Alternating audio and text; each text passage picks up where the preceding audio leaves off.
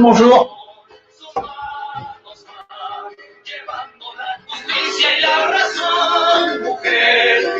El pueblo unido.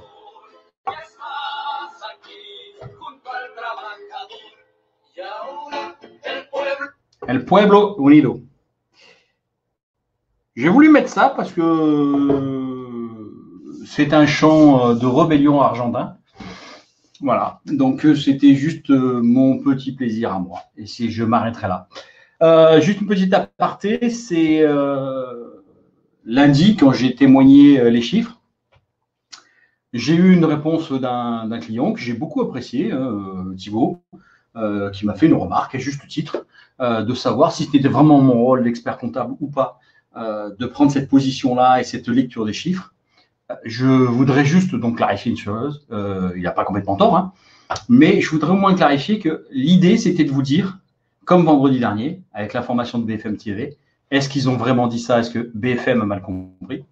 Là, pour les chiffres, c'est de se dire, réfléchissons tous, ne nous contentons pas des informations qu'on nous donne, il faut aussi que on analyse par nous-mêmes, on réfléchisse par nous-mêmes. J'ai donné un point de vue, nullement le point de vue de tout le monde, hein, loin de là, j'ai donné mon point de vue, je le défends, et je pense d'ailleurs que j'engage chacun à faire ses propres calculs et ses propres points de vue.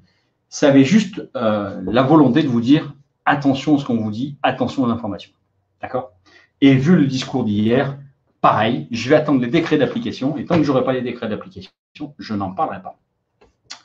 Donc aujourd'hui, je voudrais parler quand même d'une petite chose qui va être modifiée à partir de demain, après-demain, pardon, le 1er mai. Et ça, c'est une importance pour ceux d'entre vous qui sont concernés. Il va y avoir cette application du chômage partiel qui change. Et je voulais vous montrer aussi ce que je vous dis depuis un petit moment, c'est que sur le ministère du Travail, vous avez des fiches qu'il va falloir appréhender parce que certains vont commencer plus ou moins partiellement à partir de lundi à travailler de manière drive ou autre. Attention, il faut quand même bien maîtriser les sujets. Beaucoup d'entre vous avaient le droit de travailler depuis longtemps, mais ne le faisaient pas. Beaucoup d'autres travaillent, mais pas avec les systèmes de sécurité. Donc là, je veux vous partager et vous montrer à l'écran ce que vous devez bien maîtriser. C'est sur le site du ministère du Travail, que j'espère vous voyez ici. Donc, ce site, je ne sais pas si c'est bon, mais normalement, voilà, vous devez la voir. Alors, c'est très flou. Ah, c'est dommage. Excusez-moi si c'est très flou. En fait, donc, je vais arrêter, ça ne sert à rien. Je vais arrêter de partager. Donc, sur le site du ministère du Travail, en fait, vous avez tous les métiers. Hein, vous avez un onglet qui est fiche conseil par métier. Et vous avez tout un tas de professions. Je vais essayer de revoir si je peux vous le représenter de cette manière-là, si ça fonctionne. C'est un onglet, les fiches métiers. Voilà, là, c'est plus visible. Donc, sur le ministère du Travail, vous trouvez dans la page d'accueil un petit questionnaire avec la fiche métier. Et cette fiche-là, que vous avez à l'écran, elle vous détaille par métier. Il y en a une cinquantaine aujourd'hui maintenant. Ce qu'il faut vraiment savoir et ce qu'il faut maîtriser sur justement cette logique de travail. Tiens, en espagnol, c'est marrant ça. Donc, il y a le commerce de détail, il y a l'hôtellerie, il y a le transport, il y a le bâtiment, il y a tout un tas de choses. Je vous engage vivement, avant de rouvrir, de commencer, à bien analyser ça. Et avant que vos salariés reviennent, et même pour vos clients, à de bien les lire. Je vous engage même à les imprimer, à les faire signer à tous vos collaborateurs, leur donner une copie et leur faire signer. Soyez très prudents. D'autant plus que je rappelle que dans le discours, même si ça va être libéré à partir du 11 mai, ils disent que le télétravail au maximum jusqu'au 24 mai. Je ne ferai pas de polémique sur ce que je pense qui a été dit. Je pense que j'ai clarifié ma position. Je la garde pour moi. J'annoncerai, je pense, le dernier jour peut-être, un spécial webinaire pour ceux qui ont envie d'avoir que mon avis, qui donc sera pas diffusé, qui sera juste en secret entre nous. Et où je pourrais voilà, dire ce que je pense et ce que je préconise, mais je ne peux pas le faire dans le cadre de ce webinaire-là, parce que ce webinaire-là, je le veux quand même assez objectif. Donc, allez voir le ministère du Travail, les fiches, je vous en ai déjà parlé, retournez voir ces fameuses fiches, elles sont importantes. Deuxième élément que je voulais vous montrer, parce que ça va être assez court aujourd'hui, c'est un PowerPoint que j'ai, enfin, plutôt un PDF que j'ai fait. Alors, attendez, j'ai un petit problème technique. Il ne veut pas aller chercher mon pouvoir. Alors, attendez, il faut que je fasse une manipulation, excusez-moi. Je suis obligé de faire une manip parce que ça ne fonctionne pas. Si ça fonctionnait tout bien, je serais content.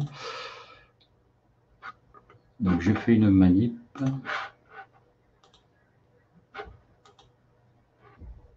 Voilà. Là, ça marche. Donc, normalement, vous devez le voir maintenant à l'écran. Je pense que vous le voyez. J'ai Véro que j'entends venir à la rescousse. C'est bon, vous le voyez là. Voilà. Vous voyez ce formulaire.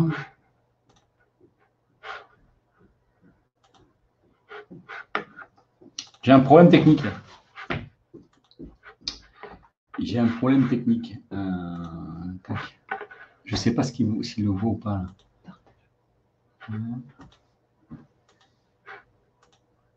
Ce que j'essaie de faire, mais après, je ne sais pas si ça marche vraiment, parce qu'après, quand je ressors, j'ai un problème. Oui, là, ça y est, ça marche. Excusez-moi. Ici, j'ai fait donc un formulaire que vous aurez sur le site tout à l'heure, qui concerne la garde d'enfants et le chômage partiel. Donc, du coup, il faut quand même savoir. Après, je vous donnerai un peu la parole, Madame Nivet, parce que j'ai un truc à vous dire. Il faut quand même savoir aujourd'hui que la garde d'enfants va changer au 1er mai. Jusqu'à présent, on faisait la garde d'enfants depuis le 12 mars, enfin, il y en a qui est un peu avant, depuis le début mars, on faisait la garde d'enfants avec les maintiens de salaire, etc. Je vous ai dit qu'ils avaient changé les choses, qu'ils avaient enfin écouté ce que je leur ai dit. Et à partir du 1er mai, la garde d'enfants va considérablement changer. Donc, on va être dans une donne différente pour cette garde. Elle va se passer en 2 temps. Il n'y aura plus, si le motif initial de l'arrêt était la garde d'enfants, il n'y aura plus d'arrêt maladie dérogatoire pour la garde d'enfants. Ils vont passer automatiquement au 1er mai en chômage partiel. Ça veut dire que ceux d'entre vous qui ont fait, parce qu'ils n'avaient pas fait la demande de chômage partiel, et qui ont fait la demande de chômage, enfin, qui n'ont pas fait la demande de chômage partiel, qui avaient un salarié en garde d'enfants, il va falloir qu'ils fassent la demande. Vous savez, le tout premier au mois de mars qu'on a fait, qu'il fallait sur le site demander le contrat de prestation, etc. Si vous n'avez pas le son, il faut rappuyer sur le bouton Runner. D'accord? Quelqu'un va vous répondre.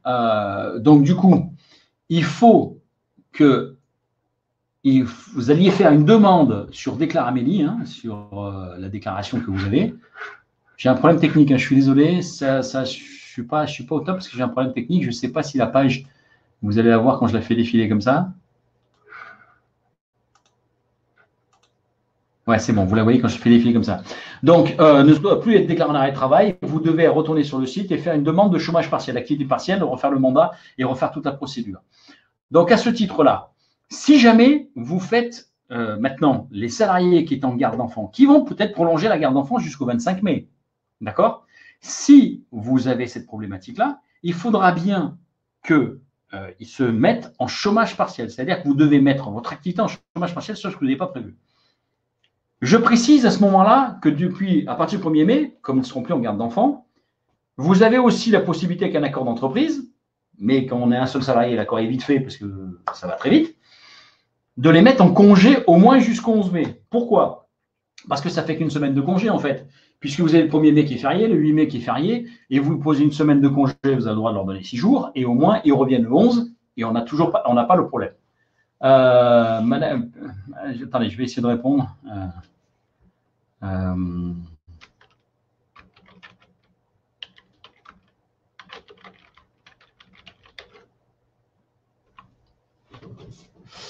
Voilà. Donc, du coup, le chômage partiel, il fonctionnera à partir de ce moment-là avec les mêmes problématiques du chômage partiel. D'accord? Si jamais le salarié, lui, par contre, il est en maladie pour autre chose, bien sûr, ça fonctionnera. Et si le salarié était en arrêt de travail par mesure de précaution, ça fonctionnera encore, le maintien de salaire, mais à la condition que vous ayez un arrêté, un certificat d'isolement fourni par le médecin. D'accord?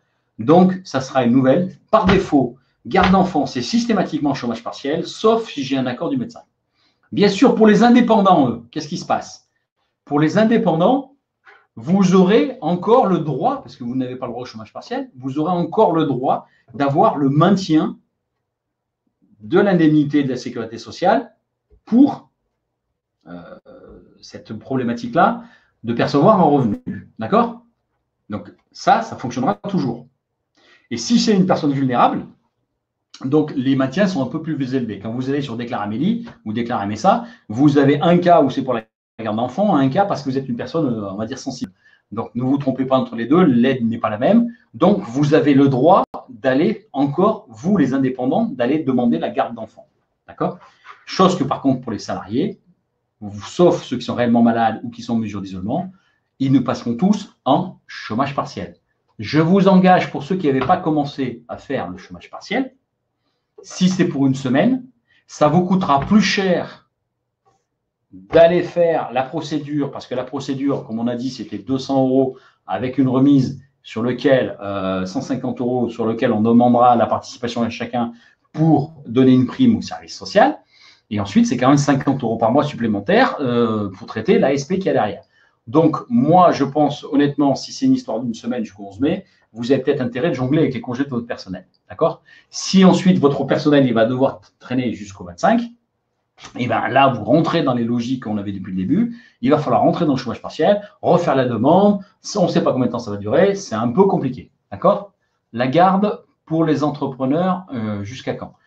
Toujours pareil, normalement, jusqu'au 25 mai, qui est la reprise des écoles, voire jusqu'au 2, on est encore en flou. Il faut quand même bien dire qu'il a dit certaines choses, mais ce n'est pas fini. Donc, ça reste encore un flou un peu total. Donc, aujourd'hui, moi, bon, je ne dis pas mon avis parce que, après tout, voilà. Mais franchement, il y a des fois où je préfère ne rien entendre qu'entendre certaines choses. Voilà. En gros, c'est mon avis, c'est ça. Et après tout, on est très libre de faire ce qu'on sait faire. Donc, vous avez ce support. Sur ce même support, vous allez avoir des cas de figure qui sont expliqués, la technique est expliquée de manière un peu plus précise. D'accord? Là, il y a un support qui est fait par l'assurance maladie qui est très très bien fait, la fiche pratique, et qui vous dit prolongation a déjà fait, l'employeur a déjà fait une prolongation pour un arrêt, etc. Dans quel cas de figure vous êtes? Est-ce que vous êtes dans la facture où il bascule ou il ne bascule pas, etc. Tout est bien expliqué sur tout un tas de fiches ici. Bien sûr, c'est le collaborateur en charge de vos documents de paie qui va vous aiguiller et qui essaiera de vous aider pour ça. Je rappelle quand même, d'accord, il y a vraiment des supports qui sont bien faits. C'est sur le site dès ce soir. Je rappelle quand même que si c'est pour une semaine, mettez-les en congé. Peut-on faire du chômage partiel une semaine sur 2? Oui. Oui. Il ne faut pas faire la suspension d'activité, il faut faire la réduction d'activité et vous pouvez faire le chômage partiel une sur 2. Ils ont même sorti dans les textes comme quoi maintenant on peut le faire nominatif. Parce que je rappelle que le chômage partiel, à la base, c'était toute entreprise ou un service. Maintenant, ils ont fait en sorte qu'on peut sélectionner et dire que c'est telle personne qui est en chômage partiel et pas un tel. La problématique à ça, c'est que vous devez avoir un accord d'entreprise. Si vous voulez choisir la personne qui est en chômage partiel et non pas le service, vous devez avoir un accord d'entreprise. Question évoquée avec Aurore. Attention, si c'est du direct, vous voyez entre vous, hein, et confirmé, la mise en chômage partiel, c'est à la délivrance de l'employeur et pas sur la volonté, bien sûr. Ainsi, si l'empêche du travail est refusé par le salarié, alors que l'employeur a proposé le service de garde d'enfants, dès lors, ce sera des heures non indemnisées. Monsieur Poupeau, je préfère que ça passe par moi, ce genre de truc, parce que cette information est vraie, mais pas dans tous les cas. Donc, c'est vrai, mais pas dans tous les cas. Donc, attention aux informations qui sont diffusées là-dessus. Attention à la lecture, parce que très souvent, vous avez une information qui vous concerne, et parce qu'elle vous concerne, vous pensez qu'elle concerne tout le monde. Dans mon métier, malheureusement, c'est pour ça que j'essaie de faire attention à ce que je dis, parce que tout le monde n'est pas pareil. Ça serait trop simple dans mon métier. Je pense qu'il n'y en aurait peut-être même pas besoin si c'était pour tout le monde pareil. C'est justement que ce n'est pas tout le monde pareil. D'accord? Parce que ça va dépendre si j'ai une entreprise avec un CSE, pas un CSE. Ça va dépendre si j'ai une volonté d'accord d'entreprise. Ça dépend si j'ai les services. Ça dépend si j'ai éventuellement un droit de retrait qui peut être rejoué d'un côté. Ça dépend si je suis dans un métier de l'arrêté du 15 mars qui est un métier obligatoirement fermé. Ça dépend si je suis en CHR ou si je suis en pratique de réunion interdite. C'est trop vague. Donc, on ne peut pas répondre que comme ça. D'accord? C'est un peu compliqué. Mais l'idée, oui, elle peut correspondre à ça. Donc, vous avez un soutien sur ce paragraphe-là. Donc, c'était un peu la nouveauté. Je n'ai pas voulu aller plus loin dans les nouveautés aujourd'hui parce qu'il n'y a pas énormément de choses et je ne veux pas colporter ce que j'entends à droite ou à gauche. Je préfère lire les textes. Quand j'aurai les textes, je donnerai mon avis. Concernant les chirurgiens dentistes, je rappellerai au cas où vous ne l'ayez pas eu, je vais essayer de vous montrer une page que j'avais ouverte. Les chirurgiens dentistes, ici, je ne sais pas si ça va être suffisamment bien à l'écran. Voilà, vous avez une page spéciale. Vous avez droit à une aide de 4 500 € qui sera versée à partir du fin du mois d'avril jusqu'à fin juin et qui est réservée carrément par la Carchian pour vous. Donc, si vous ne l'avez pas ou quoi que ce soit, les chirurgiens dentistes, rapprochez-vous de la Carchian, vous avez une aide. Monsieur Vasquez l'a dit, celle des médecins fait la même chose. Il y a plusieurs caisses de retraite des professions indépendantes. Pour l'instant, rien de la carte Nico. Enfin, j'ai encore rien vu passer. Mais du coup, pensez bien que vous avez des aides spéciales par les caisses de retraite. D'accord ? Oui, mais c'est bien sûr que c'est difficile par écrit de s'exprimer, je le sais bien, mais rassurez-vous, c'est aussi difficile de s'exprimer à ma place là où je suis. Bernard qui nous dit, donc l'assureur qui était avec nous la semaine dernière, Swiss Life a mis en place un fonds de secours. Nous avons à disposition le formulaire à remplir. Donc Bernard, s'il te plaît, est-ce qu'on pourrait m'envoyer ce formulaire éventuellement, je pourrais le mettre sur mon site, comme ça ceux qui ont Swiss Life, ils auront directement le formulaire. C'est bien, et s'il y en a d'autres comme ça, ou alors tout simplement me faire une petite liste de ceux qui ont fait des fonds de secours, je mets sur le site et mes clients éventuellement peuvent rentrer en contact avec Bernard ou avec leur courtier. D'accord ? Le site du ministère, c'est le ministère du Travail. Vous avez des onglets du ministère du Travail, vous avez toutes les fiches sur le ministère du Travail. D'accord ? Bien sûr que c'est pour les Swiss Life. Mais s'il y en a d'autres, Bernard, d'autres fonds de secours, comme ça, je mets une liste sur mon site internet avec les différents qui ont fait des fonds de secours et avec vos coordonnées à vous en contact ou leur courtier. Mais comme ça, ils le font. On a déjà dit qu'on ne faisait pas de la pub là-dessus, mais je suis ouvert à ça. Donc, pour Madame Nivet, vous avez cette aide-là. Il faut quand même en tenir compte parce que ça peut être sympa, quoi. Donc, pensez à ça. D'accord ? Ensuite, n'oublions pas non plus que dans leur discours, ils ont quand même laissé et glissé qu'à partir du 1er juin, le chômage partiel ne sera pas sur le même principe qu'il est actuellement, sans nous dire comment il sera. C'est-à-dire que les entreprises, armez-vous, vous savez que certaines, vous êtes bloquées jusqu'au mois de juin, donc l'hôtellerie, c'est cher, on est tranquille. On vous dit comme ça que oui, ben c'est bien, vous avez armé. En fait, que si ça fonctionne bien, le chômage partiel, ça ne sera peut-être pas ça au 1er juin. Donc attention à ceux qui sont en train de prévoir du chômage partiel jusqu'au 30 juin avec des roulements, etc. C'est pas dit qu'au 1er juin, ça perdure. C'est aussi l'une des problématiques, c'est comment piloter une entreprise si on n'a même pas 2 mois devant nous. Ça, c'est encore un de mes avis. Je pense que si on n'a pas 2 mois devant nous, c'est hyper dur de gérer une entreprise. Vraiment. Le lundi de Pâques est-il indemnisé en chômage partiel? Les jours fériés ne sont pas indemnisés en jours fériés. Enfin, à ma connaissance, ils ne le sont pas, puisque c'est un parallèle sur les heures travaillées, effectivement travaillées. D'ailleurs, ils ne font pas la mensualisation. Donc, c'est les heures et le bon travaillé. Donc, le lundi de Pâques, s'il est férié chez vous, ça dépend. Nous, par exemple, le lundi de Pâques, c'est un jour qui est travaillé chez nous parce que c'est le fonds de soutien aux personnes âgées, alors que nous, on est en repos le lundi de Pentecôte. C'est un accord d'entreprise. D'accord ? Donc, normalement, à mon sens, non. Et le dernier point, et après, je vais faire plus court. Peut-être que demain, je le ferai, je ne sais pas encore, mais je le ferai plus court et de plus en plus court, je pense, ce qui est beaucoup moins d'informations. Vous savez qu'ils vont sortir Stop Covid, donc c'est une application ni plus ni moins que l'application qui existe depuis 1 mois et demi, ni 2 mois, sauf qu'ils ont décidé de la réécrire parce qu'il faut que ça soit français, et ce qu'a fait la Corée du Sud. Donc voilà. Alors, je me permets, moi je suis concernant cette application, j'attends de voir la CNIL, qu'est-ce qu'elle va dire, que va dire, quelles sont les informations sur le RGPD. Je suis moyennement pour, mais j'attends. Je ne sais pas encore, je ne veux pas avoir un parti pris là-dessus. Je me permets de vous poser une question sur l'aide attribuée aux indépendants par le CPSTI. D'accord ? Cette aide est destinée à assurer les salaires de nos TNS ? Non, pas du tout. Ou c'est un plus que je peux redirigé sur le compte bancaire. Alors, l'aide CPSTI, c'est une aide. Il y en a deux. Il y en a soit, parce que dans le cas du Covid, c'est pour payer vos charges sociales, soit c'est 1 250 € qui sont versés entre guillemets, en soutien de la rémunération du dirigeant d'entreprise. Mais dans les deux cas, c'est le RIB professionnel. Donc, si vous êtes une entreprise individuelle, façon RIB professionnel, RIB privé, un peu, vous faites ce que vous voulez, puisque vous prenez l'argent comme vous voulez et c'est le compte de résultat qui compte. Et si vous êtes une société, là, ça peut poser un autre problème parce qu'il faut une assemblée générale pour pouvoir prendre une rémunération. Mais si l'assemblée générale n'a pas supprimé la rémunération existante, vous pouvez utiliser les 1 250 pour vous verser. Donc, en fait, il faut tronçonner l'idée. C'est de se dire, si ça tombe dans une entreprise individuelle, je prends l'argent, qu'importe, puisqu'elle est non taxable, ils ont bien prévu qu'elle n'était pas taxable, etc. Donc, ça n'a pas d'impact fiscal, social, ni quoi que ce soit. Donc, vous prenez l'argent, point. Si c'est une société, normalement, il faut l'accord des associés pour récupérer de l'argent. Mais puisque vous n'avez peut-être pas pu prendre votre salaire de rémunération de gérant en avril, et vous prenez les 1 250 €, ça sera comme si vous avez pris votre rémunération.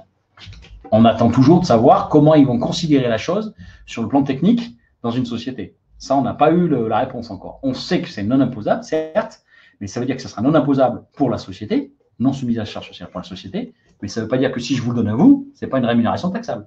Donc, ça peut poser un problème. Donc, ça, ce n'est pas encore arrêté. Si jusqu'à maintenant, moi, indépendant, j'ai fait la garde d'enfants et mon conjoint était au chômage partiel, je reprends le travail le 11, est-ce que mon conjoint peut continuer le chômage partiel pour garder le petit? Déjà, il faut quand même savoir que seulement un des deux doit avoir le chômage partiel. Si votre conjoint est chômage partiel, c'est-à-dire qu'il est salarié. Moi, je suis employeur, il faut me donner l'attestation que vous gardez l'enfant. Si jamais je viens à savoir, par contre, que votre épouse, elle aussi, elle est en garde d'enfant, que les deux sont en garde d'enfant, je vais vous dire que là, vous n'avez pas respecté l'attestation sur l'honneur. Je pense que je vais me fâcher parce que là, il y a une intention de nuire à mon encontre. Donc, attention à ce jeu-là. Oui, vous pouvez le faire. Pas vu, pas pris. Mais techniquement, attention. Donc, Sarah, vous êtes une SARL avec 2 TNS, c'est ce que je vous disais. On est dans la problématique sur la société, ça ne sera pas taxable, c'est un fait. Ensuite, qui paye les charges sociales? Est-ce que c'est la société? Est-ce que c'est vous? Normalement, c'est versé sur le RIB de celui qui verse, donc la société, si elle verse. Si elle vous rend ensuite cette somme d'argent, cette somme d'argent, ça va être comme une rémunération puisque ça viendra dans votre compte courant d'associé. Donc là, c'est vrai que ça risque de poser un petit problème technique. On n'a pas encore la réponse. Ça fait partie des choses qui vont arriver après, je pense. Pour l'instant, si vous les prenez, vous les prenez. Si vous les laissez dans la société, vous les laissez dans la société. Et je pense qu'il faudra voir un peu, dans un mois, peut-être qu'on aura un peu plus de questions de touche brouhaha qui est sorti. Est-ce que les 1 250 € ou ça peut être moins? Oui, ça peut être moins. Je l'ai dit. Les 1 250 €, c'est le maximum. En réalité, c'est les 7% de cotisation sociale de vos retraites complémentaires versées au RSI. Donc, si vous avez une retraite complémentaire qui font 800 €, ils vous donnent 800 €. Si c'est 900 €, c'est 900 €. Si par contre, vous avez une retraite complémentaire qui est suffisamment élevée, dans ce cas-là, ça sera 1 250. En gros, je crois que j'avais fait le calcul, c'était 40 000 €. Si vous versez 40 000 € de base sociale, vous touchez les 1 250. C'est un peu moins. Et sinon, vous n'aurez que le différentiel des 7% que vous avez versé. Pour le fonds de solidarité de 1 500 € en mai également, donc mai, ça concernera le mois d'avril. Si oui, pour ne pas déplacer au mois de mai les 800 € de garde d'enfants, non. Alors, si oui, pour ne pas dépasser au mois de mai les 800 € de garde d'enfants. Alors, au mois de mai, on va verser pour le mois d'avril. On aura ces fameux 800 € qui sont bloquants pour toucher l'aide. On aura la même problématique pour la garde d'enfants s'ils la reconduisent au mois de mai, parce que ça, on n'en sait rien encore. Mais je pense que les 800 € seront dans la même logique, puisqu'ils n'ont pas changé la logique de mon quiz. Mon quiz, le seul truc qu'ils ont changé avec mon quiz, c'est de se dire qu'on a juste les 60 000 € qui sont maintenant par dirigeant et non pour l'entité complète.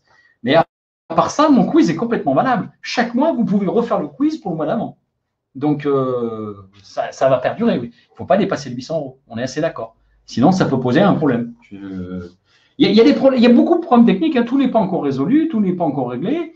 Je pense qu'ils ne régleront jamais tout, de toute manière. Mais voilà,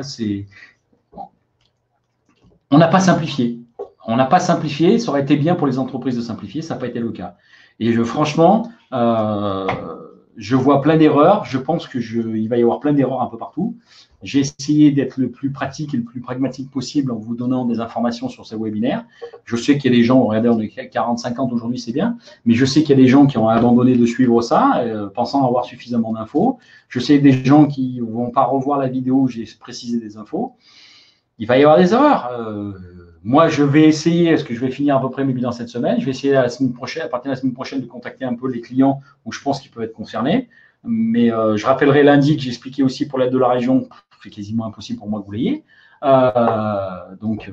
Après, je pense que je vais rentrer aux questions cas par cas. Aujourd'hui, j'ai voulu finir aujourd'hui ce webinaire. Je ne sais pas si j'en ferai un demain. Je vous serai informé demain parce que ça dépendra des informations. La semaine prochaine, pareil, j'en ferai 2. Après, je vais arrêter les webinaires parce que il n'y a pas suffisamment de mood, etc. Et parce que j'avoue honnêtement qu'aujourd'hui, je ne peux pas exprimer ma colère comme j'ai envie de l'exprimer parce que ça ne serait pas objectif. Et je ne peux pas, puisque je ne peux pas exprimer ma colère, je ne peux pas dire de fond de ma pensée. Donc, je vous donne des informations fiables. En dehors de ces informations fiables, je vous dis que je ferai un webinaire spécial Ruiz pète un câble. Voilà, par exemple. Ruiz pète un câble. Regardera qui voudra. Et je ne parlerai que de ce que je pense. Allez de chauffer. Sur ce, bonne soirée. Je vous dis à bientôt.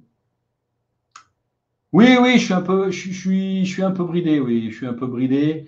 Je suis un peu bridé parce que de toute façon, je ne peux dire que des choses désagréables. Donc, au bout d'un moment, ça va. Donc, je reviens à l'objectivité. Attention, garde d'enfants, chômage partiel à partir du 1er mai.